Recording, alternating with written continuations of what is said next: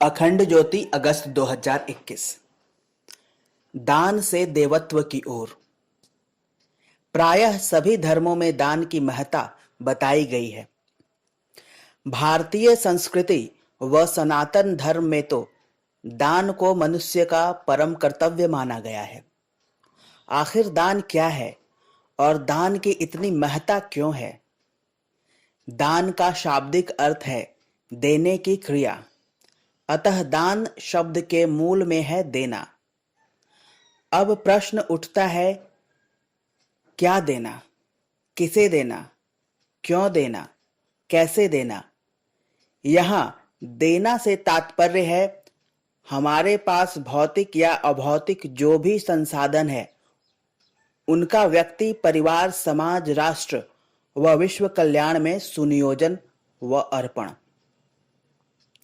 धन संपदा, अन्न, जल, वस्त्र और औषधि आदि से हम दूसरों की सेवा सहायता कर सकते हैं।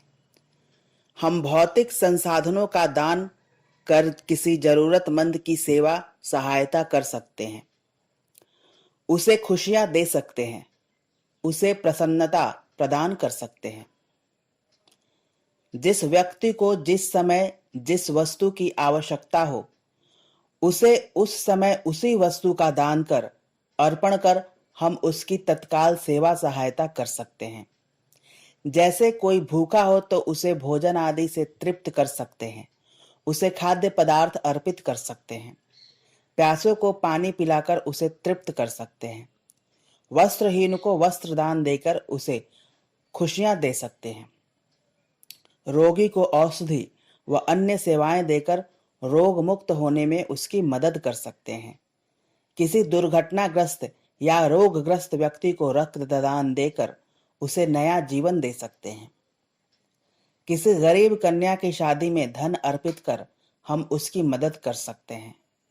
आश्रमों, धर्मशालाओं, आरण्यकों आदि को धन अर्पित करके उनके सफल संचालन में हम सहयोग कर सकते हैं। यज्ञ, अनुष्ठान आदि धार्मिक उद्देश्यों की पूर्ति में अपना धन अर्पित कर हम पुण्य के भागी बन सकते हैं। भौतिक संसाधनों के अतिरिक्त विधाता ने हमें कुछ ऐसी अनमोल चीजें दी हैं, ऐसे संसाधन दिए हैं जिनके द्वारा भी हम दूसरों की सेवा सहायता कर सकते हैं। प्रतिभा, विद्या, मेधा, ईमानदारी, करुणा, प्रेम, संवेदना, स्नेह, श्रम, समय आदि ऐसे अभौतिक संसाधन हैं जिनसे हम लोगों का बहुत बड़ा उपकार कर सकते हैं। हम अपनी प्रतिभा से, मेधा से पूरी मानवता का कल्याण कर सकते हैं। चिकित्सक, अभियंता, किसान, व्यापारी, उद्योगपति, वैज्ञानिक, अध्यापक, कलाकार एवं हर व्यक्ति में कुछ विशिष्ट व अलग अलग प्रतिभाएं हैं जिन्हें अर्पित कर व्यक्ति, समाज, राष्ट्र व विश्व का उपकार किया जा सकता है। एक चिकित्सक अपनी प्रतिभा का दान कर किसी असहाय व गरीब व्यक्ति को नया जीवन दे सकता है। समाज में, संसार में ऐसे अगणित लोग हैं जो पैसे के अभाव में अच्छी चिकित्सा सेवा से प्रायः वंचित होते हैं और काल कवलित भी। एक चिकित्सक अपनी चिकित्सकीय प्रतिभा को अर्पित कर स्वस्थ व्यक्ति, परिवार, समाज, राष्ट्र व विश्व के निर्माण में अपना अमूल्य योगदान दे सकता है। आज जबकि स्वास्थ्य केंद्र, औषधालय व चिकित्सालय आदि सेवा की जगह अधिक से अधिक मुनाफा कमाने के केंद्र के रूप में विकसित होने लगे हैं, तब वास्तव में सेवा, संवेदना, करुणा, प्रेम आदि दिव्य गुणों से ओतप्रोत चिकित्सकों की समाज व राष्ट्र को बड़ी आवश्यकता है, जो प्रेम, करुणा व संवेदना के साथ रोगियों को अपनी चिकित्सकीय सेवाएं देकर उन्हें नई जिंदगी व अपार खुशियां दे सकें। आज समाज व राष्ट्र को ऐसे ईमानदार अभियंताओं की आवश्यकता है जो राष्ट्रहित में अपनी प्रतिभा अर्पित कर सके। आए दिन टूटी फूटी सड़कें, इमारतें, पुल आदि देखने को मिलते हैं। ऐसा क्यों है? ऐसा इसलिए है क्योंकि प्रायः हमारी प्रतिभा भी बिकाऊ होने लगी है। फलस्वरूप हम काम चलाओ काम करने की प्रवृत्ति के शिकार होने लगे हैं।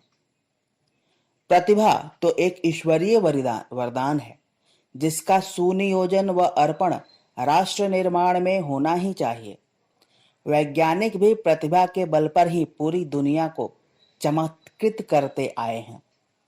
राष्ट्र निर्माण में व्यापारी व उद्योगपति वर्ग का भी बहुत महत्वपूर्ण योगदान होता है। उद्योगपति व्यापार व उद्योग के संचालन में सेवा दे रहे लोगों की सेवा सहायता के साथ साथ समाज व राष्ट्र निर्माण की अन्य गतिविधियों जैसे आपदा निवारण, पर्यावरण संरक्षण आदि में सहयोग कर समाज व राष्ट्र की बहुत बड़ी सेवा कर सकते हैं। उसी प्रकार एक अध्यापक ईमानदारी व निष्ठापूर्वक अपनी विद्या व प्रतिभा के दान से विद्यार्थियों के जीवन निर्माण में अपना अमूल्य योगदान दे सकता है।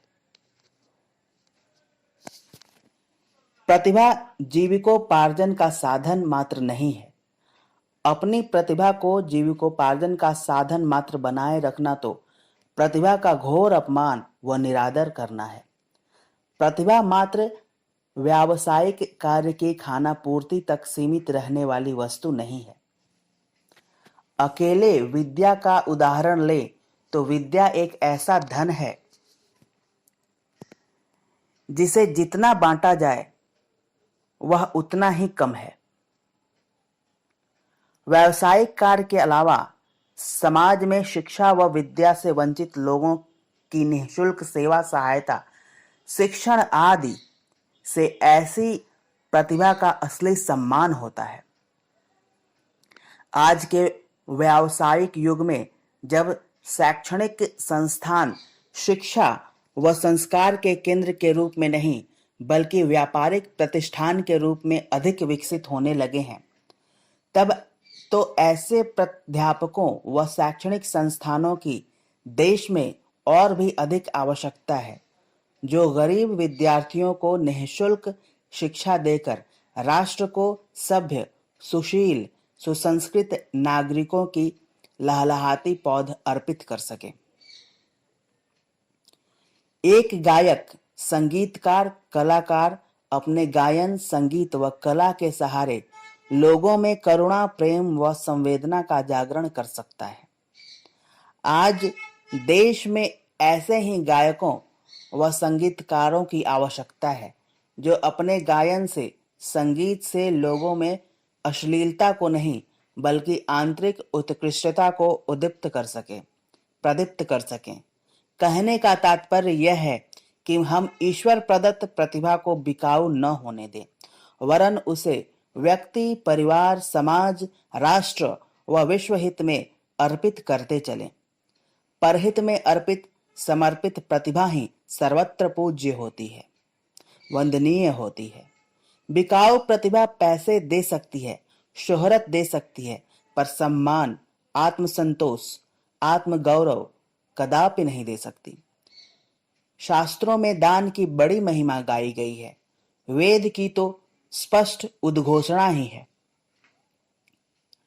शतहस्त समाहर, सहस्त्रहस्त समकिर, अथर्ववेद।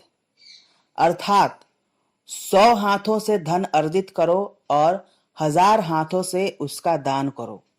वही श्रीमद् भागवत गीता व श्री भागवत की स्पष्ट घोषणा है कि जो खुद कमाता है और खुद ही खाता है तो वह पाप को ही खाता है। कहने का तात्पर्य यह है कि परहित में अर्पित, समर्पित जीवन ही श्रेष्ठ जीवन है, वरना अपने पेट व परिवार के लिए तो पशु पक्षी भी जी लेते हैं। देना तो हमें प्रकृति भी हर पल सिखाती है। सूर्य अपनी रोशनी, फूल अपनी खुशबू, वृक्ष अपने फल, नदियां अपना जल, धरती अपना सीना छलनी करके भी दोनों हाथों से हमें अन्न, जल, औषधि, फल आदि सब कुछ देते हैं। इसके बावजूद न तो सूर्य की रोशनी कभी कम हुई, न फूलों की खुशबू, न वृक्षों के फल कम हुए और न ही नदियों का मीठा जल। सूर्य समुद्र का जल सोखता है तो उसी जल से पुनः पृथ्वी को तर भी कर देता है, तप्त भी कर देता है। एक से लेकर दूसरे को और दूसरे से लेकर पहले को देना ही सृष्टि का काम है। प्रकृति का यह शाश्वत नियम है कि हम प्रकृति को जो कुछ भी देते हैं उसे वह कई गुना अधिक करके वापस दे देती है। खेत में हम एक बीज बोते हैं और उसके हजारों बीज बनाकर हमें प्रकृति वापस कर देती है। विज्ञान का भी यह नियम है कि हर क्रिया के प्रति और विपरीत दिशा में प्रतिक्रिया होती है। अस्तु, दान के रूप में हम जो भी खुशियां व आनंद दूसरों को देते हैं, वह आनंद और खुशियां कई गुना अधिक होकर हमें मिल जाती हैं। दान, परोपकार, त्याग आदि से मिलने वाले आत्मिक आनंद के पीछे भी यही कारण है। स्वस्थ, सभ्य व समृद्ध समाज के लिए भी लोगों में दान की वृत्ति का होना आवश्यक है। देने की प्रवृत्ति होने के कारण ही हम सेवा व सहयोग के लिए आगे आ पाते हैं। दान की वृत्ति कम होने का अर्थ है समाज में स्वार्थ वृत्ति का बढ़ना। स्वार्थ वृत्ति से किसी भी व्यक्ति, समाज व राष्ट्र का कल्याण नहीं हो पाता।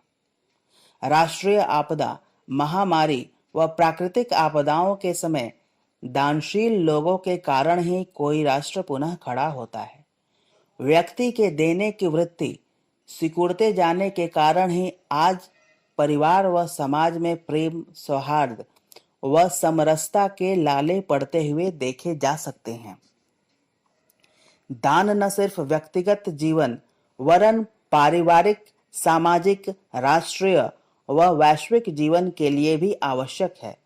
अपनी दानशीलता के कारण ही भारत जगत गुरु रहा है।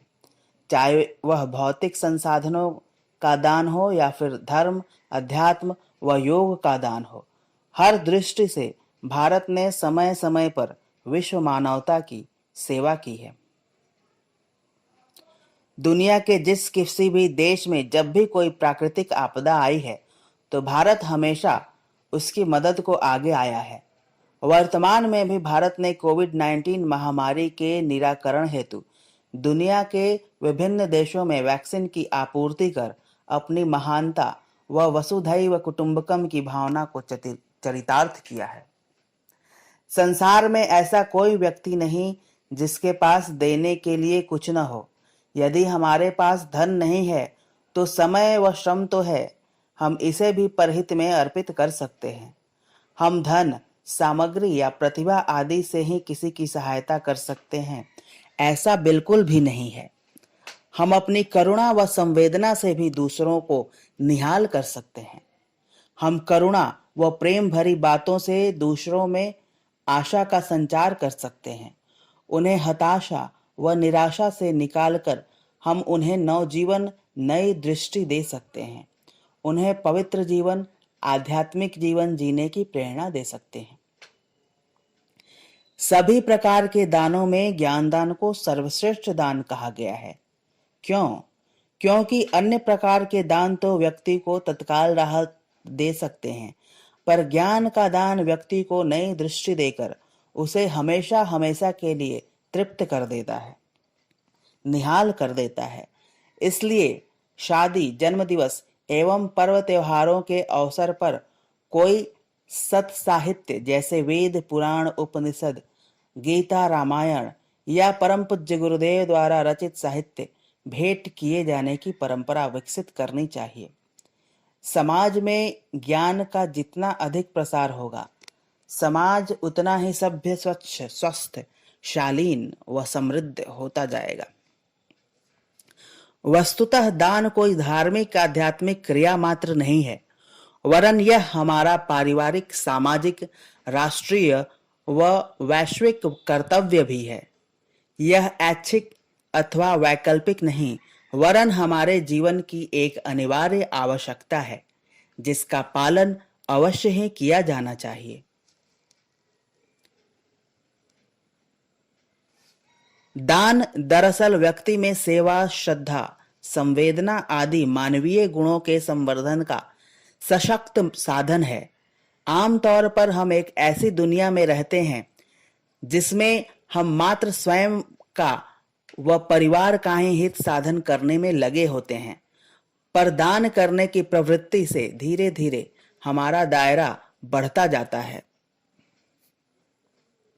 हमारी दुनिया बड़ी होती जाती है, जिससे हम मात्र स्वयं या परिवार के हित साधन तक ही सीमित नहीं रह जाते, वरन संपूर्ण संसार को ही अपना परिवार मान उसके कल्याण में जुट जाते हैं। फलस्वरूप हम संकीर्णता से उदारता की ओर बढ़ चलते हैं। हमारा आत्मिक विस्तार होने लगता है।